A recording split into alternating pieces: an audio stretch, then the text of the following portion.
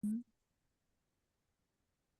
Daddy, this is the man of the champions, Bill Fonzie Alfonso, giving a shout out to Something else. something else, Daddy. This is Nicole Matara, Great Warrior Wolf, and you are listening to Something Else. I'm Tony Cini, and you're listening to something else. Hey everybody, it's Rich Palladino, the voice of New England, and you are listening to Something Else with Aria.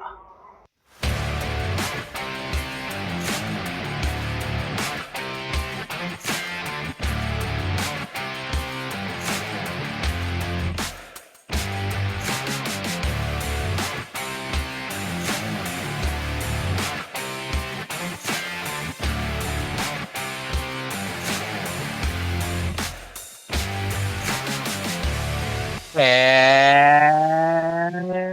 welcome to episode number 299 of Something Else. Feast your heroes in this week's episode as we take a look at Mid-South Wrestling and World Class Championship Wrestling from June the 1st, 1985. My name is Aria, and joining me, as always, is the Scott Casey to my Gino Hernandez. It's Trey. Trey, how the hell are you doing today? What's happening? We were just talking. I've been having like horrible back spasms today, so that kind of was my whole day today, which means I didn't get as much out of the day that I was hoping to. But hey, we're here. Let's do It's funny because like our weird taping schedule makes this episode so anticlimactic. it. Because tomorrow is episode number 300. It is TNA from June 2nd, 2004. It is the first ever episode of Impact.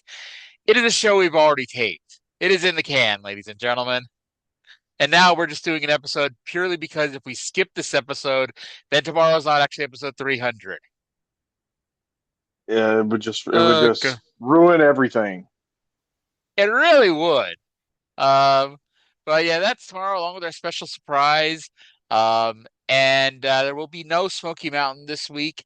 More or less moving forward, the weeks that Trey joins us for Impact, there's not going to be Smoky Mountain, at least till the end of the weekly pay-per-view era, because that's a lot of fucking extra show to watch here. Yeah. So yeah. See, for those mad, you're going to get 3 hours of TNA tomorrow instead of 1 hour Smoky Mountain on Thursday. You get 3 times as much. And it's this kind of logic that led to Jerry and Jeff Jarrett thinking that a $10 weekly pay-per-view was a good idea. You get more wrestling for $40 than you would on a WWE pay-per-view for $35 at the time. Stands to The reason to funny me. thing, yeah. Well, the funny thing is with the booking of some of those shows there for a while, it's probably doubtful that you get more wrestling in 8 hours of TNA than you did in 3 hours of WWE. Oh, just wait. And just wait, because Vinny Rue is going to leave and come back. Again. Alrighty. So WWE had their Clash in Italy show yesterday. It went. Well, it didn't go head to head with us taping the show, but it may as well have. Apparently WWE is still doing the fucking Bloodline angle. And someone figured out that it's now been going on longer than the NWO did. Yeah, that was quite the statistic. Yes, I agree. Trying to think if there's anything else notable. Cody beat Gunther. Ruka won the championship from Becky Lynch. And these are all things that happened on the show. I believe you. I'm trying to, yeah, I'm looking to see if there's anything of note that happened from Raw today, because Raw happened like 2 o'clock in the afternoon today because they're still in Italy. And from what I could tell, nothing happened of any note. So what the hell? Let's just dive into this because we ain't gonna get to the end of 299 if we don't start 299. Let's go to the intro of the show, Mid-South, June 1st, 1985, with, once again, Jim Ross and Joel Watts. Another exciting hour of Mid-South Wrestling. I'm Jim Ross, and along with Joel Watts, we'll be calling the action, ladies and gentlemen. We've got a tremendous hour in store for you. You're going to see Ted DiBiase and Dr. S.D. Williams, the Mid-South Tag Champions, go against superstar Bill Dundee and impressive newcomer Wendell Cooley. You'll also see the combination of Dirty Dutch Mantell and Tom Pritchard in action. You'll see the Mid-South TV champion, the Snowman. He's here today. Plus, Brickhouse Brown and Brad Armstrong in tag team competition. You'll see Private Terry Daniels against the Man. The number one man in wrestling right now, according to many insiders, that's the NWA World's Champion, Ric Flair. Plus, you will see Terry Taylor defend the North American title in our television main event against the undefeated Nightmare. And ladies and gentlemen, also Kamala's here. Joel, should be an exciting hour. We had a great hour last week. Oh, no question about it. But I think one of the highlights of last week was Skandar Akbar came out and introduced a new member of Devastation Incorporated, an awesome individual, the Brute. During that time, Hacksaw Duggan came onto the scene. Well, I think words can't describe it. Here's what happened. So the Man is going to be wrestling this week. And I'll be honest, considering this is Mid-South, we now have the Nightmare, we had the Brute, and now we have a couple other the people coming in a little bit. Would it really have shocked you if there was actually a wrestler on the show called The Man? Could have been Stan Stasiak. There you go. Although the problem is we don't want to set Ric Flair off. Him being called The Man here could lead to him whining about Becky Lynch in 25 years or 35 years. Oh, what? Ric Flair in 2026 is a fucking mess. I always thought the most bizarre modern day thing I would ever say was pointing out that time that The Undertaker went on Twitter to complain about WWE.com not listing Michelle McCool as one of the best women's wrestlers of all time. I thought that was the most bizarre thing I was ever going to say in my life. And then Ric Flair discovered Twitter. And Undertaker complaining about Michelle McCool is so far down that list all of a sudden. Anybody who types like that, where they capitalize the first letter of every word, you're a fucking serial killer. It's true. I bet David Flair would agree. Yeah. By the way, Joel Watts, the man who's paid to tell us about what happens, tells us that he cannot use words to describe Jim Duggan returning to the ring last week to beat up Akbar and the Brute. Trey, if I recall correctly, you and we did a pretty good job of using words to describe it. We're better at words than Joel Watts. Yes, we use great words. Terrific words. One of the best words. We don't typically belch right into camera, clear our throats right onto the microphone. Not typically. Yes. By the way, Wendell Cooley is all of a sudden an exceptional newcomer. The guy's had one match last week. He lost. He looked good though. But, yeah. Again, I still don't know if he's good or if he was just wrestling Ric Flair. Well, we may find that out this week because he's in action this week, teaming with Bill Dundee against Doc and Ted DiBiase in our 5th or 6th standby match. So important that he gets on the 5th or 6th standby match list. Spoiler alert, we don't find out anything. Say what? Well, we will have Terry Taylor, who's a bitch, a stooge, a D-Gens, and the North American champion versus Nightmare for the title. So there's that to look forward to, quote unquote. By the way, I think it is worth noting this show aired the day of the Superdome show. Yes, it did. And I'll get to that a little bit later on. But yeah, it literally was the lead-in to the Superdome show. But yeah. So we get the replay of Duggan returning last week from his retirement. And it leads to our first match, which is Kamala with General Skandor Akbar versus an extremely white man, Mike Somani. And I guess it turned out he wasn't really that pale, but he was walking behind Boyd during the intros wearing a white t-shirt over his white singlet, white elbow pads, white wrist tape, white knee pads, and white boots. And I was like, man, Sheamus has got nothing on this guy. And also brown hair, but white the top of his head. He's the one I said needed to just give it up and shave his head last week. So before we get to what I'm sure is going to be almost an Iron Man match here, Akbar had something to say. Let's go to the general. I've got something to say to you, Duggan. I know that you're back. The biggest mistake you made is when you came against doctor's orders and you returned to Mid-South. Now I'm going to remind you of something, Duggan.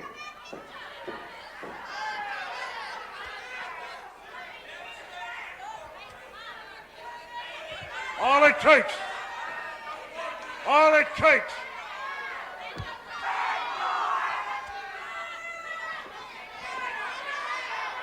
is one little accident, and that good eye of yours, you'll be an invalid.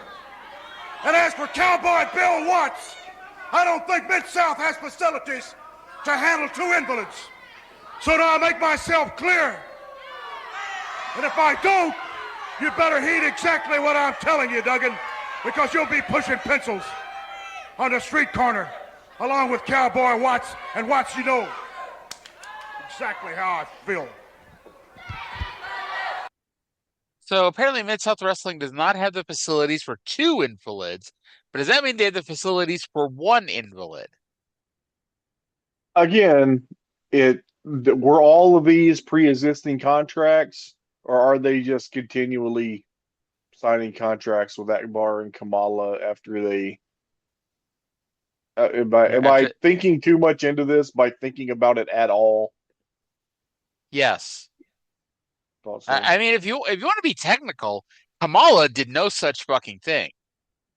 Like, General Skandar Akbar is the one that set Jim Duggan's face on fire. Now, Kamala, he's a savage. We cannot confirm whether or not he actually approved of Akbar's dealings here. But it was unfair to take Kamala off the bookings. He didn't do a goddamn thing. He just happened to be in the match. Well, he made a bad choice for representation. Oh, I mean, in some ways, is it like if WCW would have fired Steve Dahl and Mike Enos because they allowed Scott Hall to walk into the ring that one episode of Nitro? It's not the same thing. Okay, well, oh well. By the way, Louisiana apparently does not have indoor smoking laws, at least here in 1985. Because Akbar is just lighting up in the middle of his promo here. And I know Akbar is not like the greatest promo ever, but I didn't think this was a very good promo, even by General Skandar Akbar, thing here. I thought it was every Skandar Akbar promo. Yeah. He needed Bill Rathke to get this promo over the top here. Every show needs Bill Rathke. Why isn't Bill Rathke taking a shower every week on television? That should be a segment. It's ever Bill Rathke taking a shower. It's ever Bill in the Rathke shower taking a with shower. Bill Rathke. He can be like a talk show segment, and he can interview people in the shower. It'd be a shoot. People didn't know what's happening. Yeah, and then other people would interrupt, and he would yell at them, "Can't you see we're in the shower?" Oh God, it'd be totally breaking kayfabe because like Kevin will be showering next to Gino, and he'll be like, "Wait, what are you guys doing over here?" Oh God, poor Bill Rathke's gonna be blackballed from wrestling because of us. Do you think he's worried about being blackballed from wrestling? In 2026, probably not. Now, JR called Akbar's promo an impromptu press conference. But I'll be honest, I did not see any members of the press invited to ringside, nor did Akbar give time to take questions. It was a figure of speech. Okay. Well, Kamala won with a splash. And we went to commercial before he could try to climb the ropes. Yeah, the match was 44 seconds. The promo was longer than the match.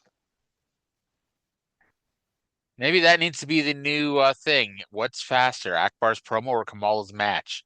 Because now he doesn't even come to the ring wearing his giant mask that he stole from Jerry Jarrett and all that fun stuff. Oh, Harry Taylor, who is a bitch, a stooge, a D-Gens, and the North American champion, versus The Nightmare with General Eddie Gilbert. Now, we've been talking the last few weeks about Terry Taylor getting prepared to go after Ric Flair in the NWA World Heavyweight title. And Ric Flair, as he was last week, is here this week. It's almost like the two shows we taped back to back. And Ric Flair's come to the ringside. Let's go to the ring where Ric Flair has something to say. Gentlemen, it's no secret to anybody throughout the wrestling world that Terry Taylor, being a North American heavyweight champion, is the #1 contender for the world's heavyweight championship. As a matter of fact, I'm even a little jealous of that big silver belt you're wearing, brother. But we're going to take care of that tonight. I got $10,000, and you know what comes out of my mouth is as good as gold, brother. I've always had life the way I wanted it. What I couldn't go out and get, I bought and paid for, brother. So tonight, $10,000 to you, $10,000 to your man. Bring me home that North American Heavyweight Championship. And leave this kid on his backside where it belongs. $10,000. Well, This might explain why Ric Flair is broke these days, because I doubt he made $20,000 working Mid-South this week. and even like he didn't need to add. He didn't need to offer 10 grand each. He probably could have just offered them 10 grand total. I'll say, and if he wanted to make it sound like he's giving both of them money, give them both 5 grand. Plus, it's Nightmare. I don't know. We haven't really been given much to go with Nightmare, so it's very possible that he just doesn't know what the hell he's up to. And if you could have told him you're going to give him a sandwich or something, he'd have been happy for it. So the nightmare is like Boo Bradley. Let's hope Nightmare doesn't have a cat that Eddie Gilbert can abuse. Oh, I sure hope not. It's upsetting. Yeah. I'm sure Eddie Gilbert is a much better person though than Tammy Fitch. That's not hard. Now we are told that if Nightmare wins the strap, then Ric Flair is no longer forced to defend the NWA title against Terry Taylor. I feel like that's bringing up the obvious follow-up. Doesn't that mean he's now forced to defend against the Nightmare?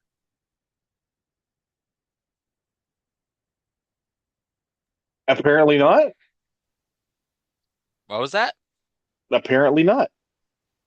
Apparently not. Taylor had a hard time doing a small package to his opponent. You could go as far as calling it a nightmare. Aha. This match was fine as long as Nightmare was on offense. And I'm not saying that because I hate Terry Taylor, but because Nightmare is not very good at taking moves and selling. Taylor hit the 5-arm and locked on the figure 5, but Flair got on the apron to say hi to Carl Fergie. Because, Flair went to Memphis occasionally and probably hasn't seen Carl Fergie in a couple of years at this point. Gilbert pulls the pile into the ropes. Taylor goes for another figure 5, but Nightmare shoved him off. Flair tripped him, and that still wasn't enough. So Flair put a gimmick in Nightmare's mask while Taylor beat up Gilbert. Nightmare headbutted Taylor, and the king is dead. Long live the new king. Nightmare is, of all people, your new North American heavyweight champion. Did not expect that. I've assumed, okay, you've got the undefeated guy that you've put some steam on. You're going to feed him to the guy who's wrestling the world champion, and that wasn't what happened at all.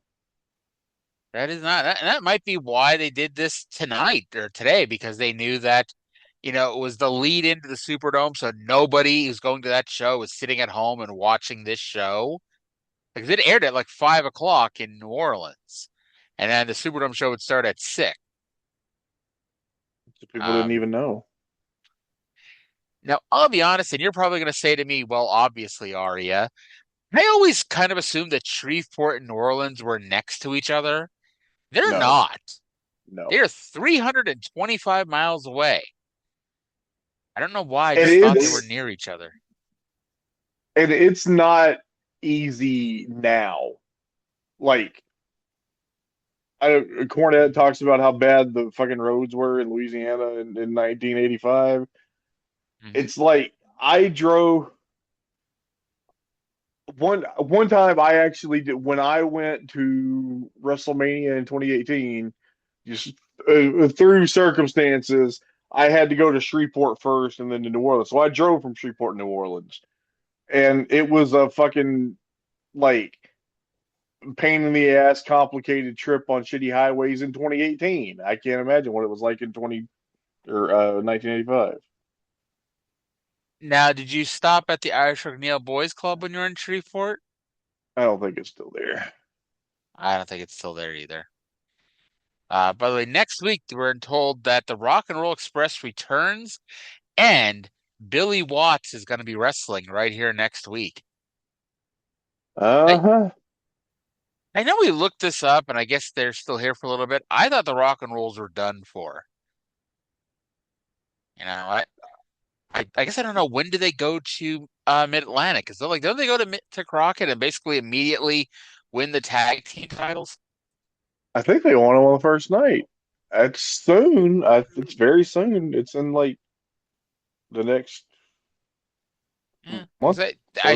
because I thought they go in at the same time as the Midnights, and the Midnights go in for July 1st. Well, they sent the Midnights to Georgia first when they were kind of running that as a rump territory. True that. But I mean, that was still Crockett, I guess. It was. Um, I looked this So- up last week and I don't remember the answer now, but it's soon that the Rock and Roll are leaving. July 7th, they debut on TBS, Okay. defeating the all-time great team of Chuck Levins and Larry Clark. What a And team. and then 2 days later, they win the tag belts from the Russians in Shelby, North Carolina. Which, yeah, I bet 134 minutes, and it was Ivan and Khrushchev. So I bet it was a fun match anyway, if nothing Pressure else. Khrushchev. Yay. Yes, Our not old to friend. confuse with Darko Noodle. Did you call Crusher Khrushchev your old friend? Our old friend, Pressure Khrushchev. That is true. He was he used to be a nice, polite young man who wore baggy Daisy Dukes and a flannel shirt here on the show, and then he got manipulated by Nikolai Volkov. Yeah. What can you do though? You know, it wasn't like his Junkyard or either Junkyard Dog or Jim Duggan weren't helping him work out. Something like that, yeah. Nikolai Volkov was, yeah. Mm-hmm. By the way, apparently we're gonna. Oh, never mind. That was March. Ignore that. I was about to say we're gonna see the Rock and Rolls on World Class, but nope, been there, done that. All right, so we go to the ring for our first standby match, which is NWA World's Heavyweight Champion Ric Flair versus Private Terry Daniels. And I gotta tell you, the crowd popped big for Terry Daniels' intro, but then it turned out they weren't cheering for Terry Daniels. Let's go to the ring where, of all people, Hacksaw Jim Duggan has shown up to express disappointment. I just got something to say to the world's champion. You know, I've got my hands full with Skandar Akbar and everything that's going on. But, you know, after what I just saw, I have to say what I think. And I'm pretty disappointed because I'm sure there's a lot of kids that look up to you. A lot of people look up to you because you're the world's champion. And you come out here and you pull some crap like that, let me tell you something. Hacksaw Duggan doesn't appreciate it, and the people of Mid-South don't appreciate it.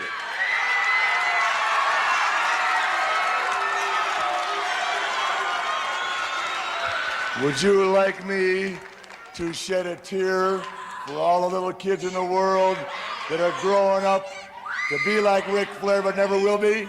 You want me to shed a tear because the Mid-South has a new champion? Forget it. Taylor was a loser.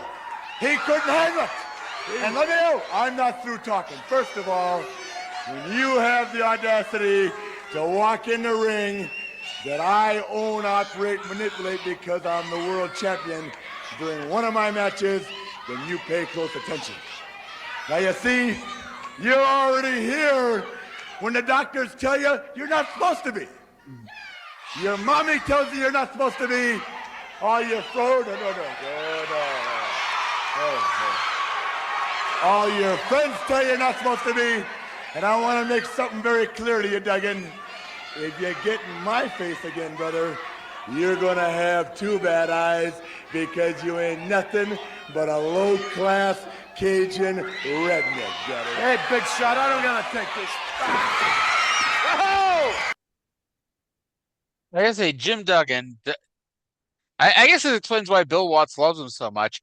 He's the one that starts the argument, and then, well, he runs out of words, so he uses his fists. Yeah, shout out to Duggan for just fucking throwing hands instead of taking it. I gotta say, I had to call bullshit on something else Duggan said. Duggan said that no one appreciates Ric Flair's behavior. I bet the Nightmare appreciates Ric Flair's behavior. Eddie Gilbert too, probably. Yeah, Eddie Gilbert. I mean, do you think though Flair, stiffed him on the $10,000? Since even though he beat Terry Taylor, it was because Flair did all the heavy lifting. Well, that was just how bad Flair wanted to spend the money. Now, Duggan does not appreciate being called a no-good Cajun redneck, and when he attacked Flair, which makes sense though because Jim Duggan is not a Cajun redneck. Yes, as we've established, Jim Duggan is from New York. Yes, Glens Falls, New York, specifically. Mm-hmm. So Kamala hit the ring to beat up Private Terry Daniels, and then helps Flair beat up Jim Duggan, setting up a tag team match I don't think any human being on the face of the earth could ever imagine happening.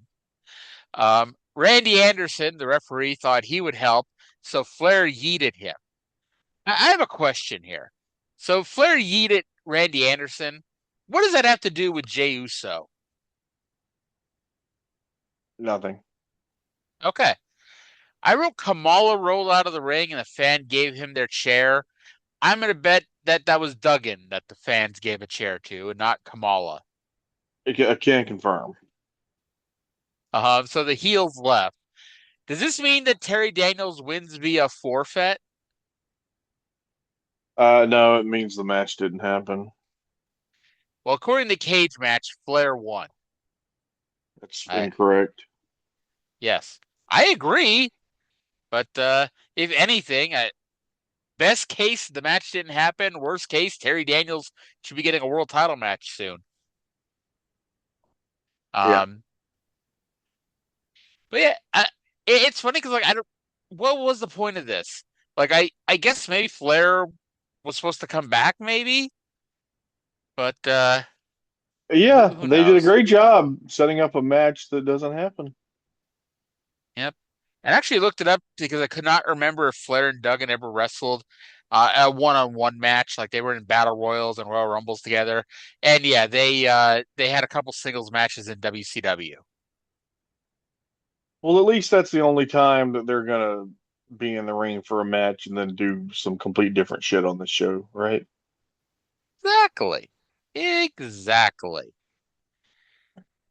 All right, so we got Vernon Deaton and The Bruiser versus Brickhouse Brown and Brad Armstrong. What the hell's with all these new people called The Whatever? Whoever he is, he didn't help Deaton when he got pinned by a Brickhouse headbutt. Yeah, this didn't take long. Very nothing match. And once again, I was trying to figure out the identity of our masked The Wrestler, and I could not find any news on who The Bruiser is. You got me. The champion of television, The Snowman, versus Jim Jeffers. Snowman won with a thumb. Again, Not the last time we're going to hear from the Snowman this week. Absolute nothing match under a minute. Yep. Keep in mind, we did not see Ric Flair wrestle, but now we've seen both Brickhouse Brown and the Snowman wrestle. And I guess Mhm. nothing against Brickhouse, but yeah. Ric Flair is the wrong pigmentation, I guess. The Texas team in the red corner, which would be a tremendous name if that was their team name, Dutch Mantel and Tommy Pritchard versus Frankie Lane and Mark Ragen. I know Your they're from favorite. Houston, Trey, but like I don't know. I always picture everyone from Texas being a very stereotypical Texan, and Tommy and Brucey Pritchard are not stereotypical Texans. Yeah, the stereotypical Texan that you're imagining is like that's Fort Worth. Yeah. So not Tommy and Brucey Pritchard. No, not neither Tommy nor Brucey. Speaking of Tommy and Brucey, I don't even know if they actually live down there, but do you ever see them down there? I imagine not. I've never run into either of them. I'm pretty sure neither of them has lived in Texas for some time. Now, if you saw Tommy Pritchard, would you fluff your hair up when you were around him? I would do a not very subtle Roddy Piper impersonation and see how long it took him to notice. I bet it would take him about half a second. Um, so Dutch pinned Tommy Lane with an MX, aka the Gourd Buster. I think this is Tommy's first win since turning heel. After the match, Dutch whipped Lane with Shoe Baby. Fergie tried to stop them from using it on Mark Ragen, but Snowman made the save. And Boy, did he. yes, And he did. then, and then, And then we go to the desk where Joel Watts is with the Snowman, who has something to say about Dutch Mantel using his whip. You just saw what happened with Dirty Dutch Mantel. I know you're incensed over the situation. Yeah, we saw it happen with Dirty Dutch Mantel and the old tactics that he be using. Let me tell you something. Dutch Mantel, don't nobody in the world play these kind of tactics no more. It ain't no way 1827, 1828, 1957. Ain't nobody living back in the past. Ain't nobody going for this. Let me tell you something, boy. Ain't nobody picking cotton, chopping cotton no more nowhere. Let me tell you something. Don't you ever pull a stunt like that again. And let me tell you something, Dutch Mantel. Boy, you got one more time to ever let me see you do it. I know you're trying to do it. This shoe, baby. I'm thinking about keeping this shoe, baby. Let me tell you something, baby. Ain't nobody don't ever hit a brother with no whip, because let me tell you, it ain't slavery. It's 1985, sucker. All right, ladies and gentlemen, those comments. What else can you add to that, Joe? Evidently, his mama must have didn't raise the boy, because ain't nobody sitting on the back of the bus no more. You know, I know what the ghetto mean. A lot of people know what the ghetto mean. We work real hard, and you don't beat nobody in the ring with no whip, boy. Exactly right. I wholeheartedly agree with those. I do too, ladies and gentlemen. Those comments, we echo them 100% from the Snowman. Let's go now to ring announcer Boyd Pierce. Let me tell you something, Trey. Remember for weeks, Trey, let me tell you something. I used to complain about how they kept saying ask no quarter and give none every week. Well, let me tell you something, Trey. If we took a drink every time the Snowman said, let me tell you something, or let me tell you something, baby, we'd have been fucking drunk off our asses by the end of that 90-second promo. this is like an all-timer terrible promo. This is not 1827, Trey. It's not 1828. Let me tell you something. It's on 1957. Can we induct this promo into the something else, all of something else? Wait, you want to put this into something else? Hall, something else? Well, we never said that the Hall of Something Else had to be strictly good. It's you cannot deny that this promo was not something else. It is in fact something else. So the Snowman's promo from June 1st, 1985, Mid-South. For what? Just put like 3 question marks. We're gonna look back at that in like 3 years, and we'll know exactly what we were talking about. It I I've think if nominated. Mhm. I nominated for the episode title. It ain't slavery. It's 1985, which it was hard. It was hard to cut this brilliant gem of a promo down to just one line. How long would this promo have gone if he didn't stutter over his words 50 or 60 times? It took him half the damn promo just to say the word Dutch. That's all, folks. And now he's going to steal Shoe Baby. And I literally wrote, I am not entirely sure he knows what year it is, and then prove me wrong by knowing it's 1985. He got there in the end. And I said this to you earlier, and I'll say it again. Why does nobody care that Frankie Lane got whipped? Because again, Frankie Lane got whipped, and then they held Mark Rajan forever, waiting for Snowman to make the save. And Snowman is upset that they tried to whip Mark Rajan. Well, the optics are different, which I'm sure is very comforting to poor Frankie Lane. Yes, Frankie Lane took one for the team, I guess. Mm-hmm. But no sitting in the back of the bus here. God damn it, we sit in the front of the bus now. Unless you want to sit in the back of the bus. If you want to sit in the back of the bus, you're allowed to. Where the cool kids sit. What was that? That's where the cool kids sit. Yeah. Back of the bus. All right. Tag team champions Ted DiBiase and Dr. Steve Williams against Superstar Bill Undie, according to my notes, and Wendell Cooley. This is the 5th standby match. Do you think the participants were sitting backstage and hoping they'd get their number called after this match was announced at the start of the program? I always think it's funny when we're supposed to believe that during this era, everyone thought wrestling is real. And that's why we have standby matches because, hey, you don't know how long that main event, that Terry Taylor Nightmare match was going to go.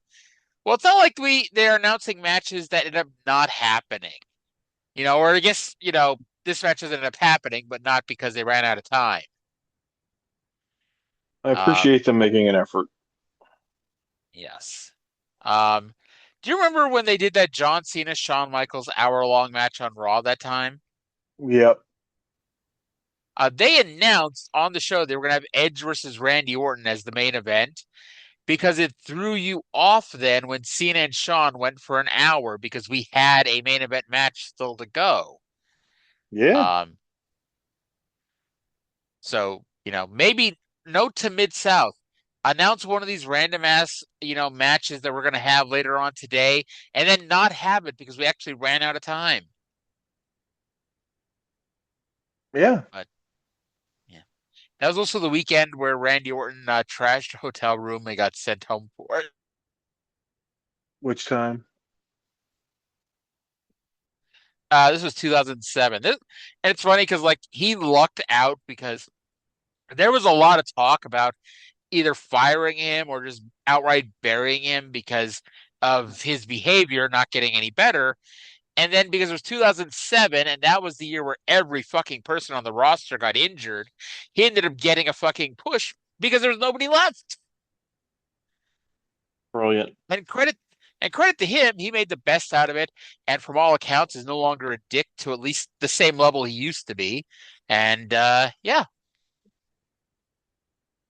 Glad he grew up. He grew up. He got a wife who was not the woman who played his wife on TV that time. His wife was smarter than that. Yeah. Anyway, Jake Roberts and the Barbarian have randomly showed up for an impromptu press conference. Let's go to that now. What to do with you guys to just cool your heels, all right? What it's got to do with, Ted, is that this business is about money. You happen to be the Mid-South Tag Team Champions. And all I'm doing, Ted, is telling you, since you're the champion, you got to take a challenge, and the challenge is coming from us.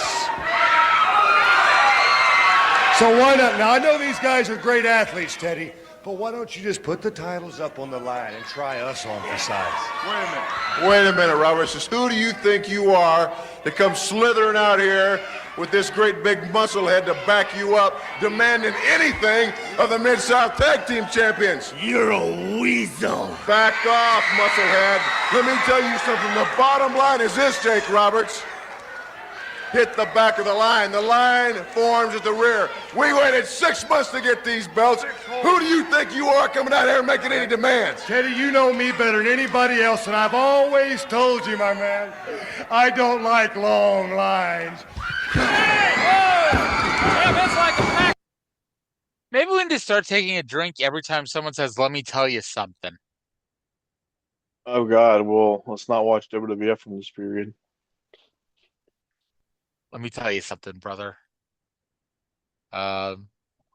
Barbarian's So- delivery of the "You're a Weasel" line. Hey, first time he's ever gotten to spoke on the show, and he made the most of it. I am not sure I have ever heard John Nord say anything but "Huss." Huss, Huss, you're a weasel. Huss, Huss. He sounded like Road Warrior Hawk the way he delivered the line. Ironically, since they're both from Minnesota and both Minnesota? trained, Minnesota, and trained by what's his name, the same guy that trained Hawk and Rick Rude and all them. Eddie Sharkey? I'm drawing a blank the right guy's now. I'm name? sure it was. There's somebody screaming at us in the comment section right now. But I'll tell you what, this seems like a very promising little match here. The Ball Bearing and Jake Roberts versus Ted DiBiase and Dr. Death. Like we said a couple weeks ago, they have no babyface tag teams anymore. And they started building a Brad Armstrong and Brickhouse Brown and then immediately beat them. So DiBiase and Doc don't have any opponents at the moment. Yeah. They blow off the DiBiase and Doc against the Rock and Roll at the Superdome. So this is an interesting a heel versus heel program. Yeah. I don't remember another one happening here in Mid-South. No, me neither. And then I'll be I'm sorry, were you gonna play the Dutch bit or just talk or Yes, recap it? I was going to play that here in a second. By the way, I should note that Randy Anderson, who was supposed to be the referee of this match, it didn't happen, was also supposed to be the referee of the Ric Flair Terry Daniels match. It didn't happen. So I think hope he still got paid. Yeah, I think we need a better referee out there. Maybe Carl Fergie just needs to referee every match, like how Mark Curtis referees every match in Smoky Mountain. Even when he's covered in Chris Jericho's blood. I'd say I guess Ron West has gone somewhere because Alfred Neely was back for like one taping, and then it's just been all Carl Fergie and Randy Anderson. Yep. So I don't know where this Bill Watts return is going. I honestly forgot that it was a real thing, but I just had a nightmare. What if DiBiase and Doc's tag title program is with Duggan and Watts? That sounds. I don't think that's the program. I don't think Bill Watts is bringing himself out of retirement for a mid-card tag feud, I guess. I mean, it would be a main event tag feud. That's true. He could be teaming with Terry Daniels against the Dirty White Boys, and that would be a main event anywhere in this country. That would be a mid-card feud. So while these four guys are fighting, Dutch Mantel's going to run out to chime in. 1957, 1860. Well, let me tell you one thing, Snowman. It's going to be a lot worse than that when we meet up again, buddy. Because nobody takes my whip from me, and nobody busted my mouth the way he did. I'm a man just like he's a man, but I'm a better man. I walk tall, and I'm a better man than Snowman will ever be. He's hit a lot of success here lately, baby. But Dutch Mantel, Snowman, I ain't through with you, and you're going to wish you were on the back of the bus before I'm through with you. All right, that's quite enough of Dutch Mantel. I guess Dutch doesn't carry a big stick. He just walks tall. And if Trey was going to Might talk, he'd say, "I agree, Arya." might help if I forgot to unmute.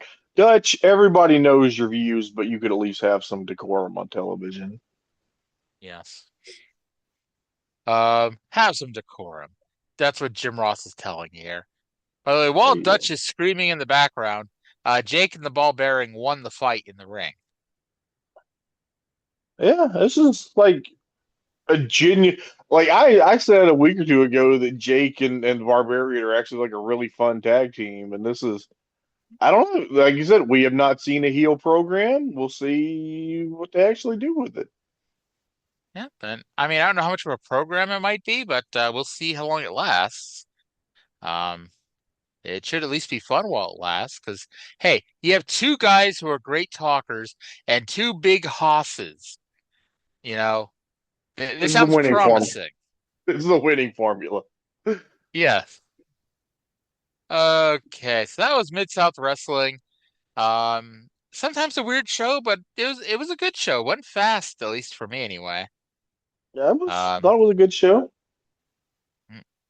So we make a hop, skip, and a jump in the other direction and go to World Class Championship Wrestling. This week subtitled The Scott Casey Power Hour. Because Jesus Christ, if you love Scott Casey, this is the show for you. And before this even started, I wrote, "Let's hope for a long standby match." We can blame whomever put on YouTube the reason why we did not have a standby match. Well, why is it the person on YouTube's fault? Because if they would have put the Chris and Gino match from the David Oh, Von Erich Memorial Parade of Champions on, we would have been able to skip the first 10 there you- minutes. yeah, that was because the version I had was like that, and I don't know why they skipped that. That's very annoying. I'm gonna have to cut my own version. Yep. So let's go to the intro with Bill Mercer. To World Class Championship Wrestling, the Major League of Professional Wrestling seen round the world, from Israel to Japan and across the United States. Hi everybody, I'm Bill Mercer. Great to have you along tonight here at the world famous Sportatorium, sort of the mecca of wrestling in this country. And we have a tremendous main event for you. It's that rising young star, Brian Aeneas. He's also a great friend of the Von Erichs, a lifelong friend, and he's going after the Texas heavyweight champion, Gino Hernandez. That'll be a battle. Also, from that great spectacular at Texas Stadium, the Parade of Champions, we have Kabuki and Scott Casey teaming up against Gino Hernandez and Chris Adams. Another major event in the world of professional wrestling. And we'll be right back with that excitement next on World Class Championship Wrestling. Yep, we're getting a dark match, kind of, from Texas Stadium. Not really a dark match. It's just a match that whoever cut that super cut together didn't try very hard. Nope. I can't wait till next week when we see. I'm sure Johnny Mantell had a 15-minute time limit draw on that show, and that'll probably air next week. I'm gonna call the encore rule on that, regardless of whether or not we've seen it before. Sounds good. If Johnny Mantell is wrestling next week on this very program, actually, I got great news, or maybe bad news, depending on how much people like this show. There's no World Class next week. June 8th, 1986 or 1985 has disappeared off the face of the earth.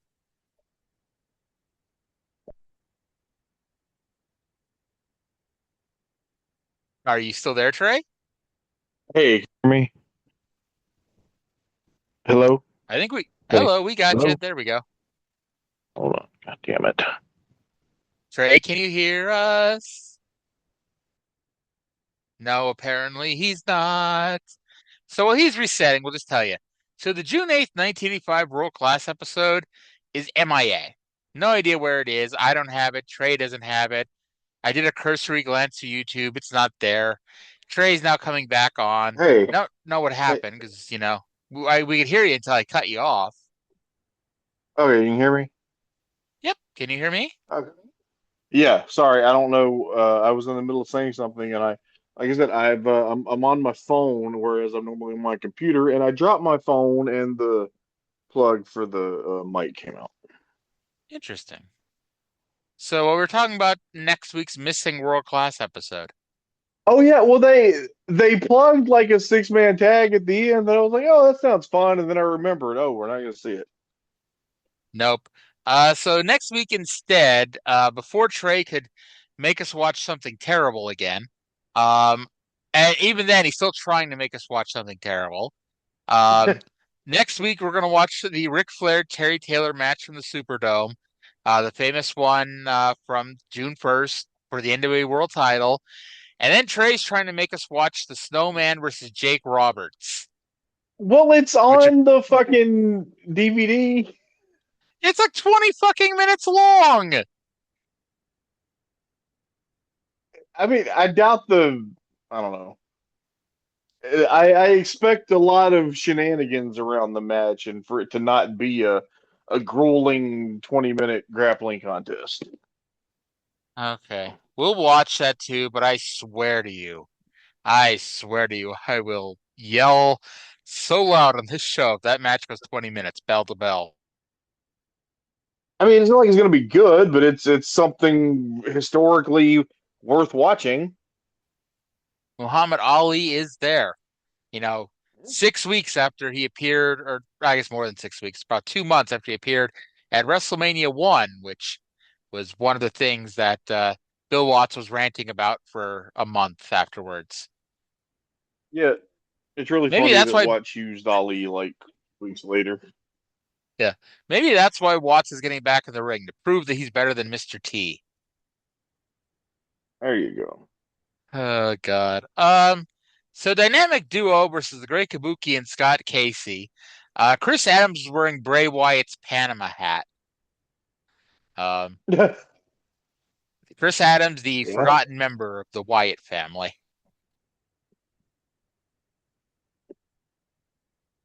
By the way, speaking of people who aren't really related in wrestling, and yes, I'm sorry, people. Chris Adams and Bray Wyatt are not really related, even though they share the same hat fashion. I was talking to Aubrey Edwards about meeting her illegitimate half brother, Eddie, the black sheep of the Edwards family. No. And she said she's actually never met him. Well, he must really be a black sheep. Yep. I mean, after what him and Alicia get up to, do you really blame her? Is By he her, I mean like Aubrey, not Alicia.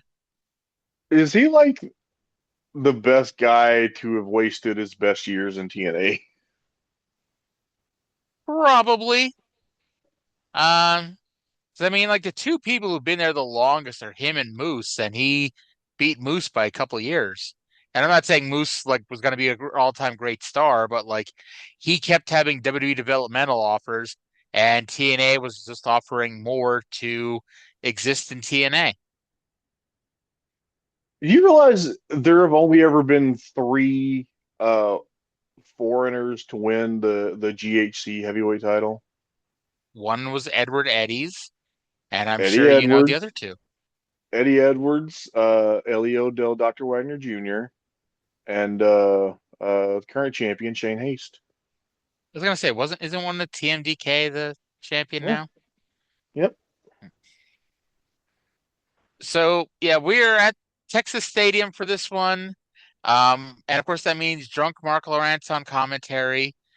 I gotta say, Ralph Pulley and the production were not on the same page here, as he's introducing Scott Casey, and the camera was not only on Kabuki, but his graphic came up too. Now Mark Lawrence did point out that the sun is starting to go down, so the weather was quite pleasant right now. So that was nice, I'm sure. Yeah. Now, for those who remember the angle, this was supposed to be Kabuki and a Hercules, but Hercules walked out of the territory, and they did not even try to explain why Scott Casey was here instead of Hercules.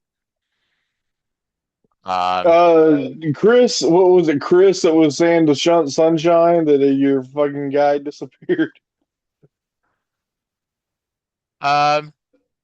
So Kabuki gets the hot tag. Gino's response to the hot tag, and he's the person in the ring. he walks to the corner and presents himself for breeding, I guess. I mean, I guess he is the handsome half-breed after all. So I guess he knows what he's doing though, because they quickly cut Kabuki off for more heat. And I guess since the sun was going down, they were worried that it might be too cold, so we need to have extra heat. The four-way breaks out. The heels beat the faces' asses. Sunshine gets in the ring and is about to get her ass kicked when Kabuki makes a save and tried to spew the Palmolive on Gino. But Gino gets his arm up, and the duo are declared the winners by a disqualification. This is a pretty good little tag match, I thought. It was fun. And Bronco Lubitsch does declare that Chris Adams and Gino are the winners. I do declare, Trey. I do declare. So it was a fun little match here. I certainly wouldn't mind seeing it on the World Class show when we did the DVE MPOC. Yeah. But yeah, I imagine this feud must continue. But I don't know how much of a feud this is, since the Dynamic Duo are also feuding with the Von Erichs. All right. So we've been doing this show since March of 1983. Trey has been doing this show since June of 1983. We have talked repeatedly about this mysterious Fort Worth show that, is in a different universe at times than World Class. They have the TV title that's on the line every week. They have a 2-hour show, and shit is always kind of happening, but never really brought up. The one time we actually watched that show, they showed us a replay of something that happened on it. And they showed us the angle where Scott Casey stole Jim Cornette's jacket. Yeah. I have to laugh. It makes you wonder, if we were to watch the Fort Worth show more often, if we'd be getting more Fort Worth replays. Well, we can perform the experiment. I don't think we should. You can. You're running out of time to get Jim Cornette in that 7-minute, unfiltered promo of his. So you better get on YouTube and try to find the show. So anyway, Jim Cornette is still without his green jacket, but he is with drunk Mark Lawrence, which seems like a terrible trade-off. Let's go to JC and DML. Well, the fans have seen it. You've seen it. I guess you're regarding this jacket thing as outright thievery. All right, first of all, I don't like cowboys. I don't like rednecks. I don't like good old boys. And most of all, I don't like a thief. Scott Casey, that's exactly what you are. You're running around here, you're saying you're a good old boy, you're from Texas. But what happens? You get in a match with one of my men, you can't beat him, so you try to put your hands on me. You take my green jacket that my mother gave me when I won the mixed doubles championship at the club back home, and then you don't give it back. Now, I don't know what you people in Texas call that, but I call it thievery. I call it being a thief. You resorted to doing the same thing that all the other working class does when they're too stupid to get a job or when they're too stupid to get on welfare or food stamps. You went out and you stole something. Well, let me tell you something. My mother's lawyers have already been notified. When you steal something, boy, when you take something that don't belong to you, you go to jail. If you wanted a jacket, you should have got a red one to match your neck. But I'll tell you what.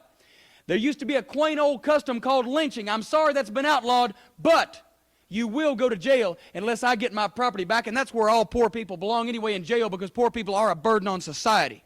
All right, on a different subject. Regarding this big question as to who really is the best tag team, I guess after Texas Stadium we found the answer. No. Just when you think you know all the answers, Cornette changes all the questions. Let me tell you something. The Fantastics, we got a ripoff, we got a raw deal, but everybody expected me to be upset. No, I'm not upset. Because I expected it all along. I wasn't surprised a bit when they took those belts away from us and handed them to those two goofs, because they don't want to let the Midnight Express go, afraid we might get a little bit too dangerous. But I tell you what, Fantastics, you didn't make a clean getaway this time. My mother's lawyers have videotape of the match, and I'm sure it won't be too long. If we can't do it in the ring, we'll do it in the courtroom. The decision will be reversed. The Midnight Express will once again be the American Tag Team Champions, the most dangerous team in professional wrestling. Jim Cornette will be the greatest manager. Casey will be in jail. I'll have my jacket jacket back, and everything will be a great day for the Midnight Express. I just want to say one thing, Mark. That's a wonderful tuxedo there. It's amazing what they can do with cheap materials these days. Thank you. Jim Cornette in the locker room. I want to say Cornette keeps having issues with people named KC.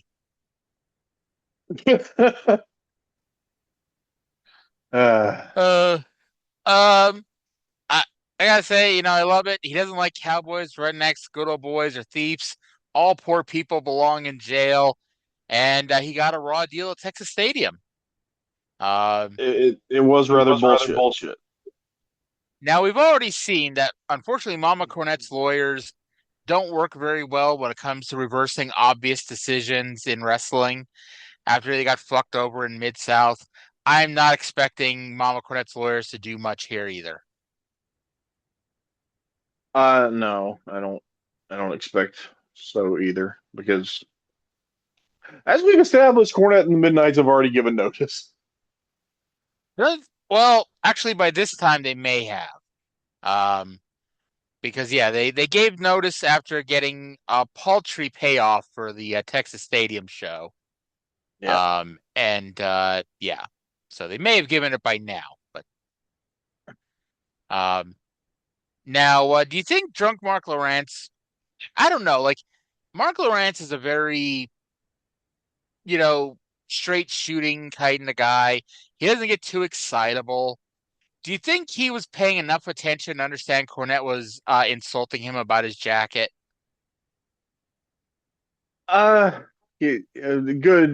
Good Christian gentleman like Mark Lowrance, he just turned the other cheek.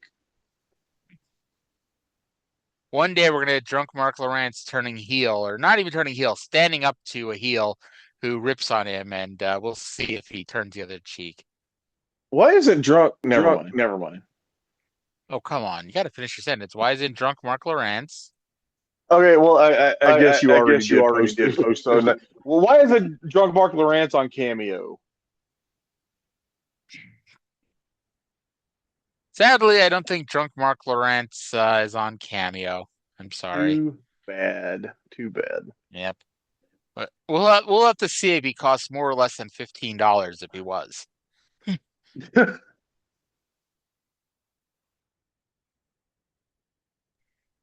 God damn it.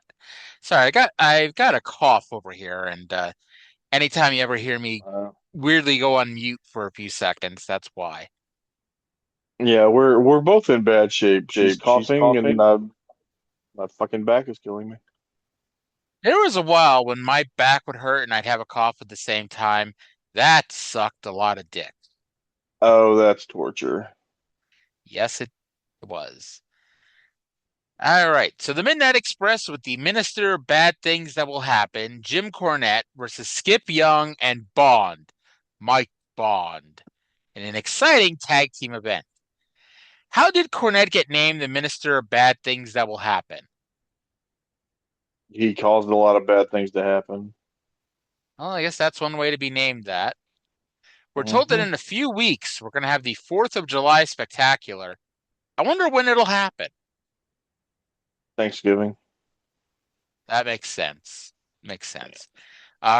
Skip Young had Bobby Eaton in a hammerlock, and Jim Cornette, being the nice, polite Southern gentleman he is, kept trying to talk to Skip Young, and Skip Young, being the rude motherfucker he apparently is, was just ignoring Jim Cornette.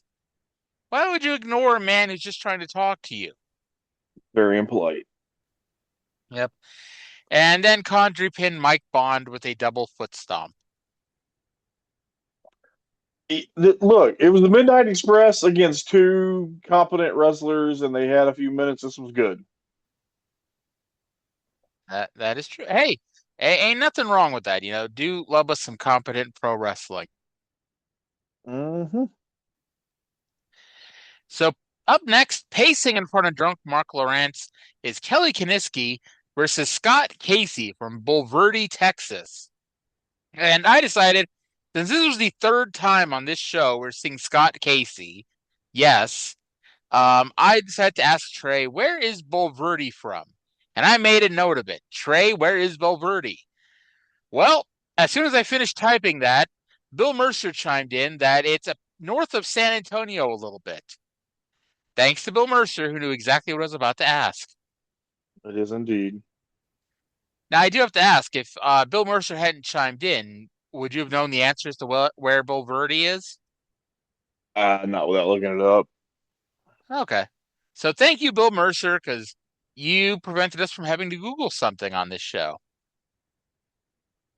So we hate Googling things on this show. Yep. This is technically the third time we've watched Scott Casey wrestle on this show. And at this point, I was not paying attention. Kiniski put on a Boston Crab. I looked down. I looked back up, and Casey was fighting off the Midnight Express and Cornette and Kiniski. And Kabuki and Sunshine made the save. Casey's hand was raised, and I assume it was a DQ of some kind. Yeah, that was what I assumed. Because Bobby Eaton interfered in the match. This was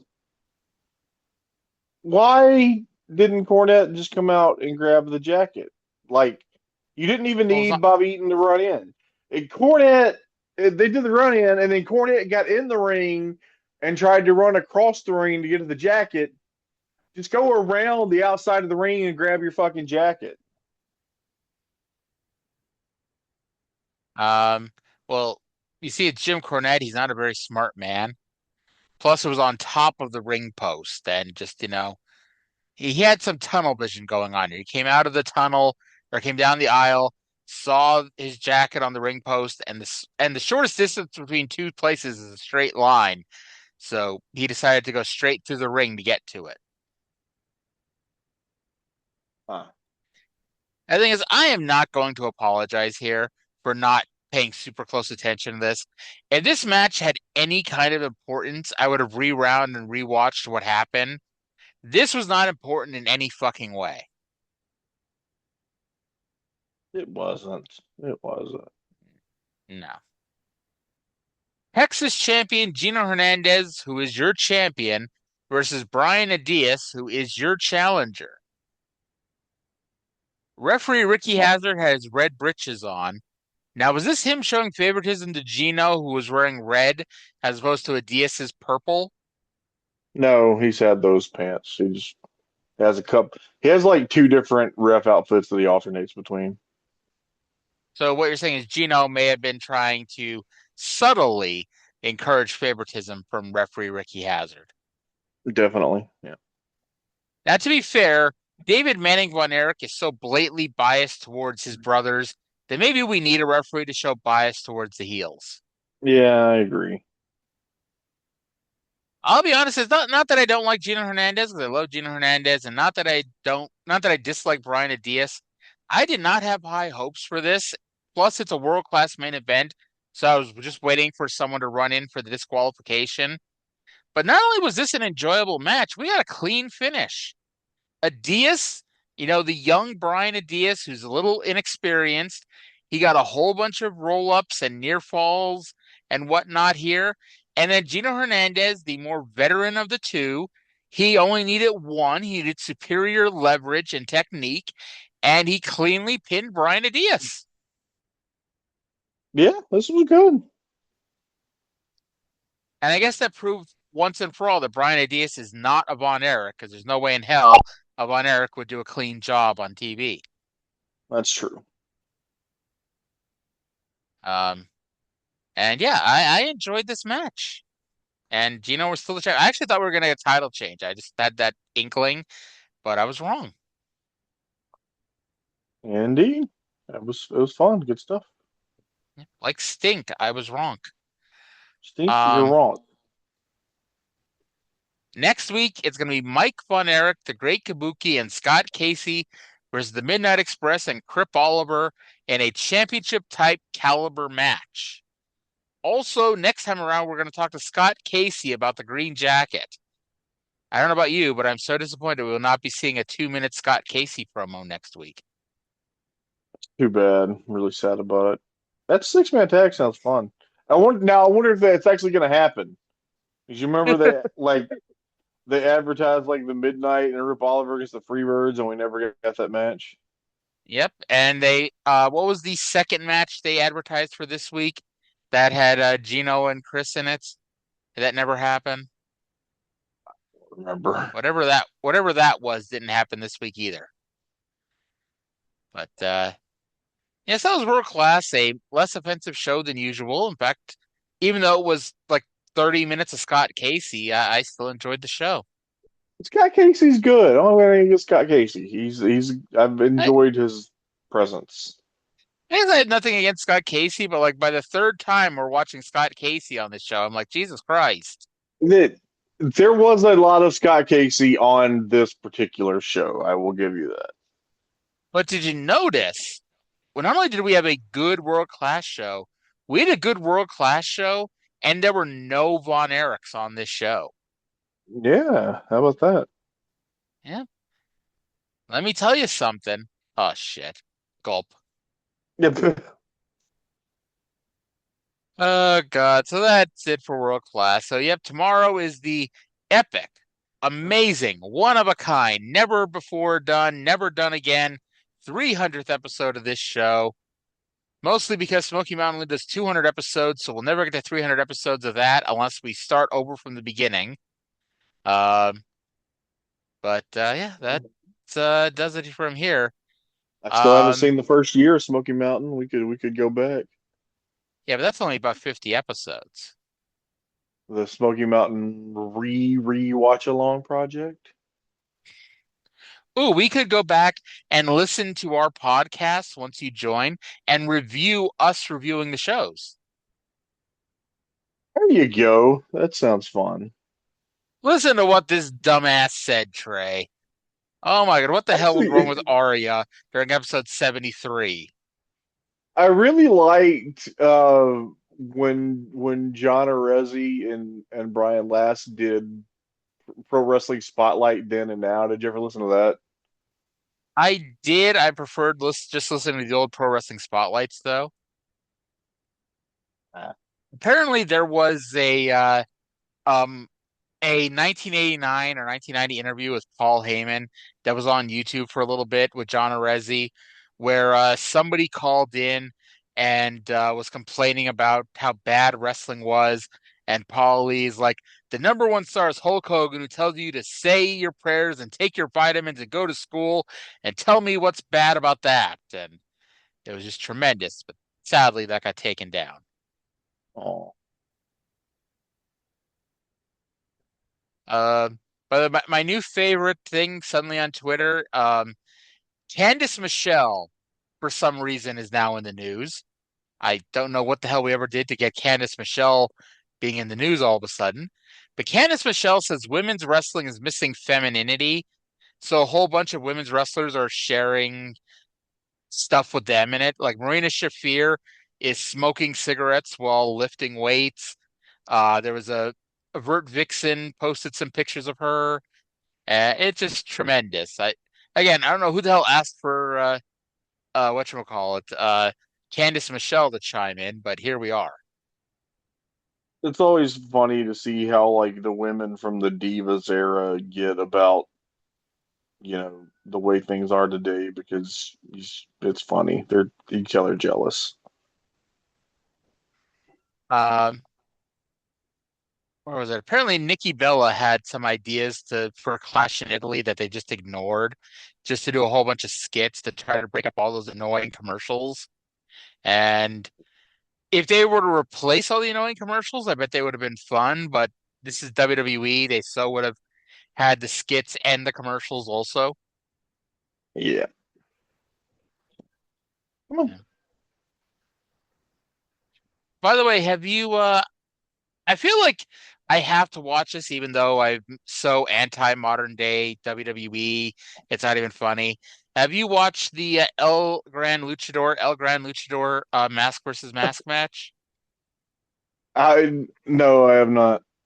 The El Grande Americano.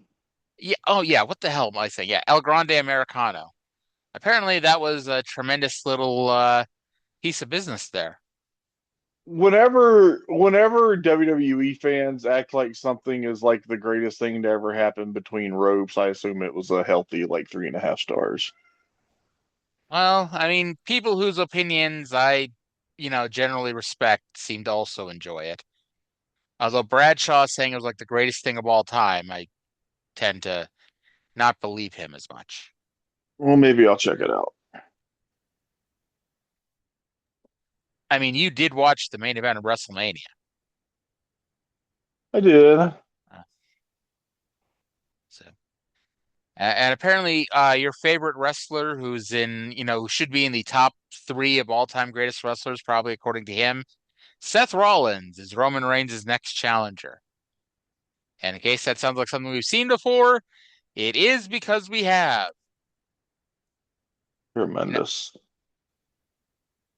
I don't have anything against like Roman Reigns or anything like that, but it's like they're literally just rehashing the same fucking angles we had with him as champion the last time.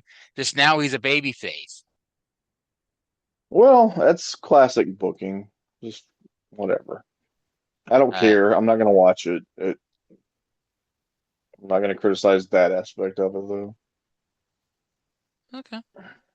All right. Well, we went about an hour and 20 minutes. I was actually a little surprised because it felt like we were going to go light this week.